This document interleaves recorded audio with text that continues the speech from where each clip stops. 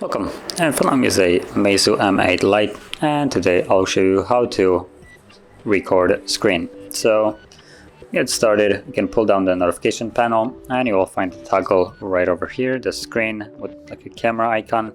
You can simply tap on it and it will automatically start recording once you tap on actually start. So there we go. And you can see that it's recording now. And you can do whatever you want right now, and everything will be recorded. You can also see like where you're touching, the little white thing that is following my finger. That's basically your where you're touching on the screen, and that is also being recorded. And once you're done, you can tap on end. The footage gets saved to your camera roll, so we can go into our gallery. And let's go to albums and screen here, and you have this over here. You can tap on it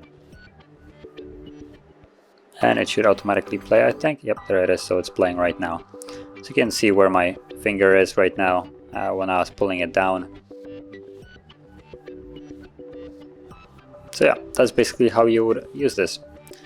If you found this very helpful, don't forget to hit like, subscribe, and thanks for watching.